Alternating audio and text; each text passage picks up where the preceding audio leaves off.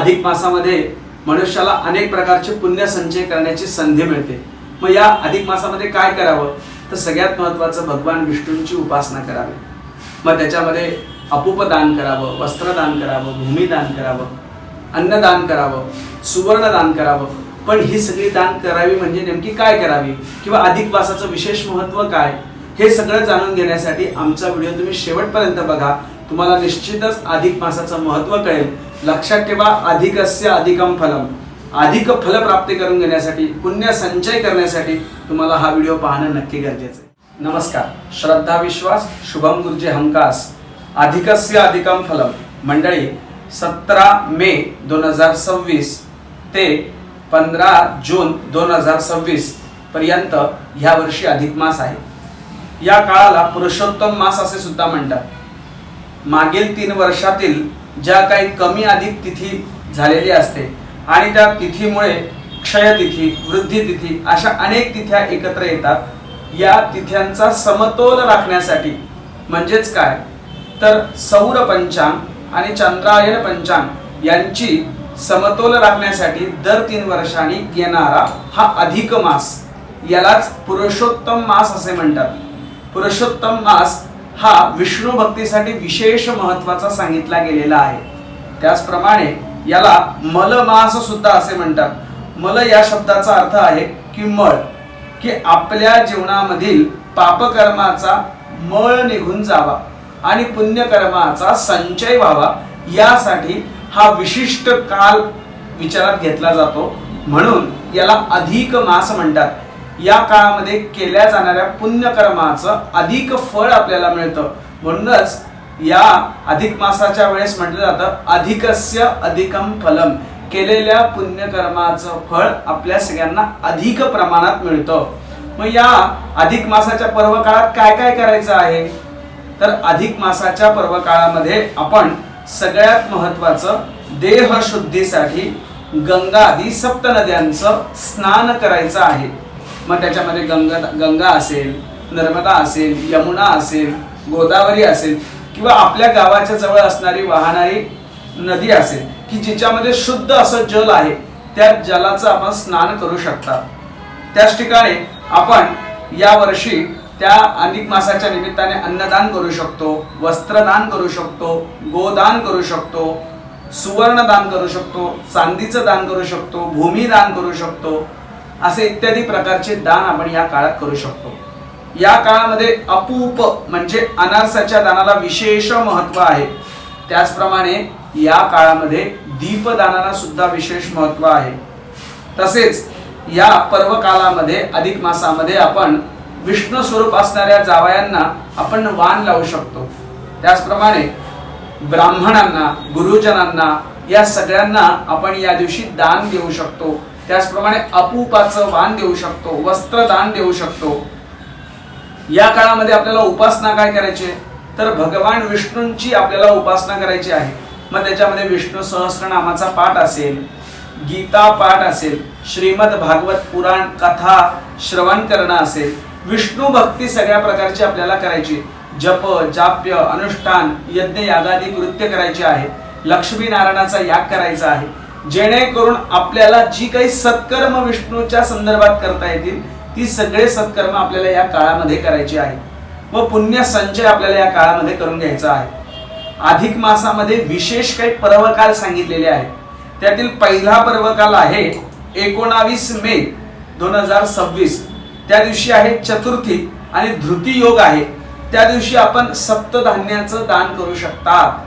त्यानंतर अधिक मासामध्ये दुसरा महत्त्वाचा पर्वकाल आहे गुरु पुष्यामृत योग, तो आहे 21/5/2026 या रोजी। त्या दिवशी आपण तीर्थ स्नान करू शकतात, त्या दिवशी आपण धान्य दान करू शकतात।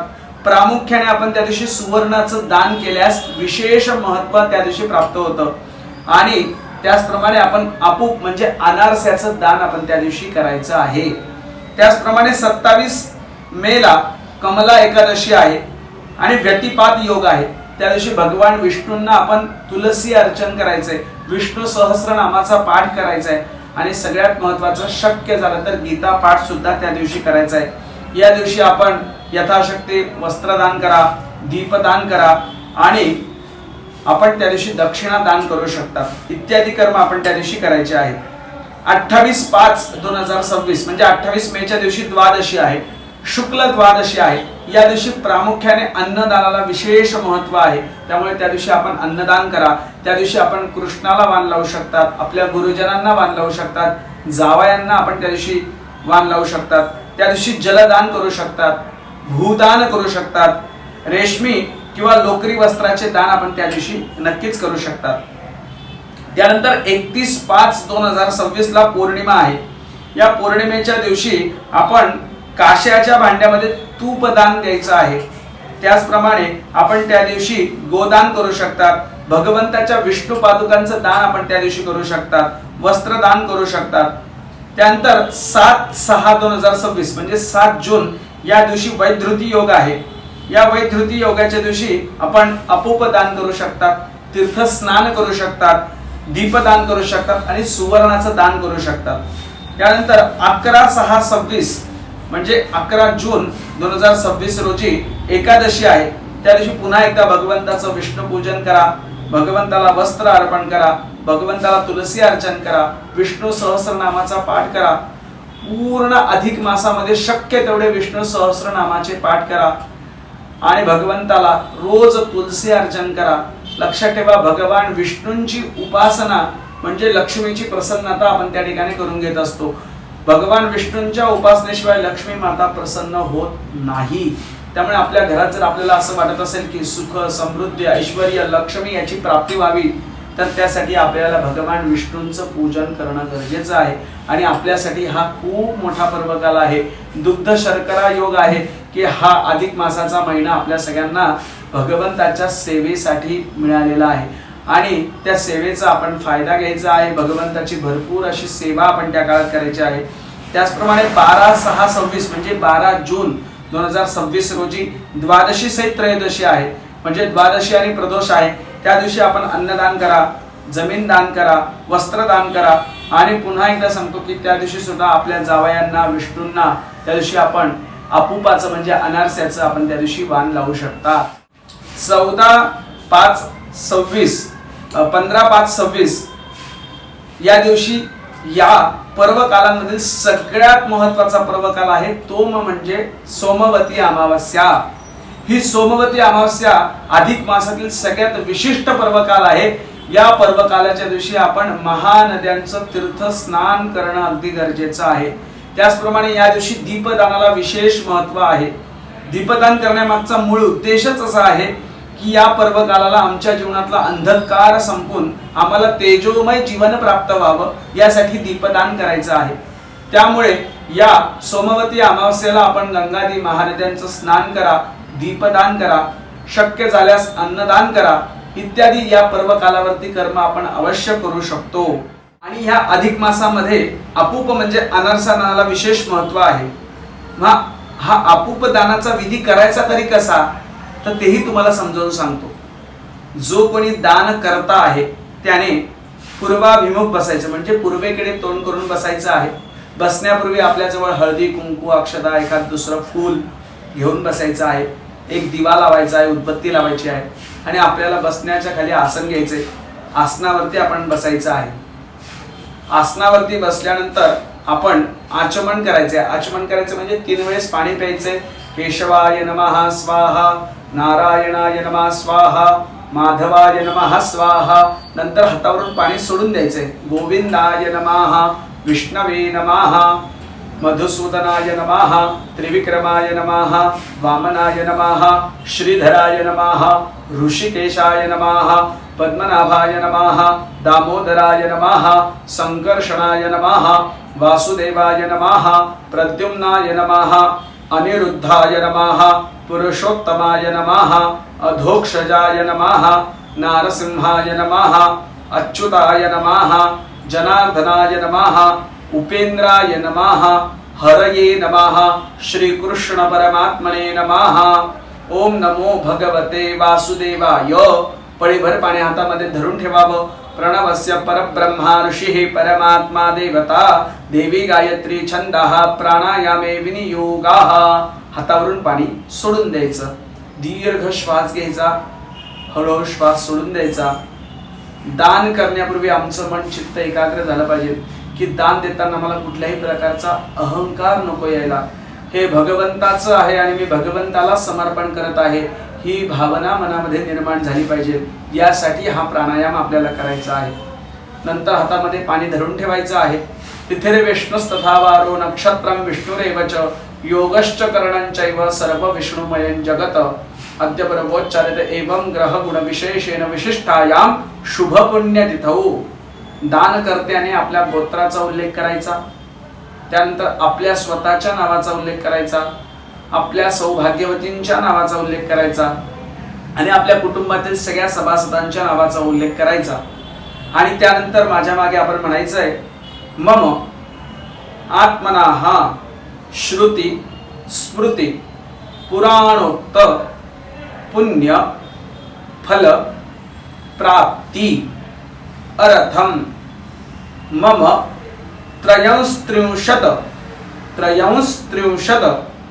देवता आत्मक विष्णुरूपी सहस्रांशु श्री पुरुषोत्तम देवता प्रीति द्वारा निखिल पाप प्रशमन पूर्वकम पुत्र पौत्र युत धन धान्य क्षेम समृद्धि लोकद्वय सुख हेतु पृथ्वी दान कल्पोक्त फल वाप्तये अपुप छिद्रम समसंख्यम वर्ष सहस्र अवधि स्वर्लोक निवासादि कल्पोक्त फल सिद्धि अर्थम मलमास प्रयुक्तम अपूप दानम करिष्ये असं म्हणून पाणी सोडून द्यायचं. आपण ज्याला दान देणार आहोत तो विष्णू स्वरूप आहे म्हणून त्या व्यक्तीला कपाळी कुंकू लावायचं, 2 दाणे अक्षता व्हायच्या, त्याला प्रणाम करायचा.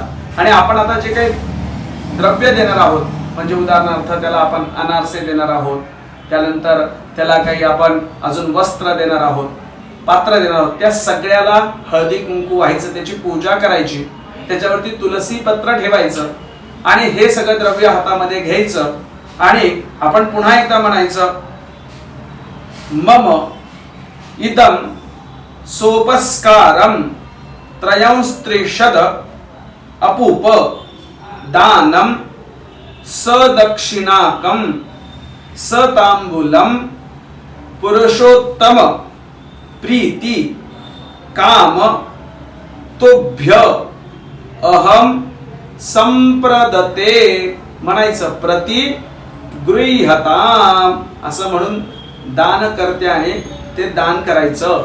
आणि दान घेणाऱ्याने म्हणायचंय, त्वया दत्त मिदं पात्र परमं अन्नेन पूरितं सघृतं प्रतिगृह्णामि प्रियतां ते दिवाकराः. प्रतिगृह्णामि असं म्हणून ते स्वीकार करायचं आहे. लक्षात ठेवा, हे 33 प्रकारचे अपूप आपण दान करतोय. हे अपूप दान केल्याने मनुष्याला पुत्र पौत्र आदी ऐश्वर्य या गोष्टींची प्राप्ती होते. त्याचप्रमाणे पृथ्वी दानाचं पुण्यफल प्राप्त होतं आणि सगळ्यात महत्त्वाचं आपल्या जीवनात कायिक वाचिक मानसिक सांसर्गिक अशा अनेक प्रकारचे पातक झालेले असतात. या पातकांचा विनाश व्हावा व भगवंताच्या कृपा आशीर्वादाने पुण्य संचय व्हावा यासाठी हे वाण देण्याला विशेष महत्त्व सांगितलेलं आहे. त्यामुळे आपल्याला वाण देणं गरजेचं आहे किंवा वाण प्रदान करणं गरजेचं आहे. वाणामध्ये प्रामुख्याने आपण अपूप दान द्या, बत्तास्याचं दान द्या, पात्राचं दान द्या, वस्त्राचं दान द्या, दीपदान द्या. आणि हे सगळं करताना लक्षात ठेवा, भगवान विष्णूंची भक्ती करणं गरजेचं आहे. नुसतं दान देऊन चालत नाही, तर त्यासोबत भक्ती सुद्धा झाली पाहिजे. त्यामुळे ओम नमो भगवते वासुदेवाय या मंत्राचा जमेल तेवढा महिनाभर जप करा आणि त्या भगवत प्राप्ती करून घ्या. त्याचप्रमाणे शक्य झाल्यास महिन्यात एकदा तरी विष्णू याग करा, भगवान विष्णूंची सेवा करा आणि भगवंताचे कृपा पात्र शिष्य होण्यास आपण उद्युक्त व्हा. आपणा सर्वांना येणाऱ्या अधिक मासाच्या खूप खूप शुभेच्छा. नमस्कार मंडळी. असेच नवनवीन व्हिडिओ आणि त्याचप्रमाणे आपल्या शास्त्राची खरी माहिती आपल्यापर्यंत पोहोचवण्यासाठी आपल्या एका लाईकची, आपल्या एका सबस्क्राईबची आणि आपल्या एका शेअरची खरंच गरज आहे. त्यामुळे आपण लाईक करा, शेअर करा आणि सबस्क्राईब करा. लक्षात ठेवा, श्रद्धा विश्वास शुभम गुरुजी हमखास. नमस्कार.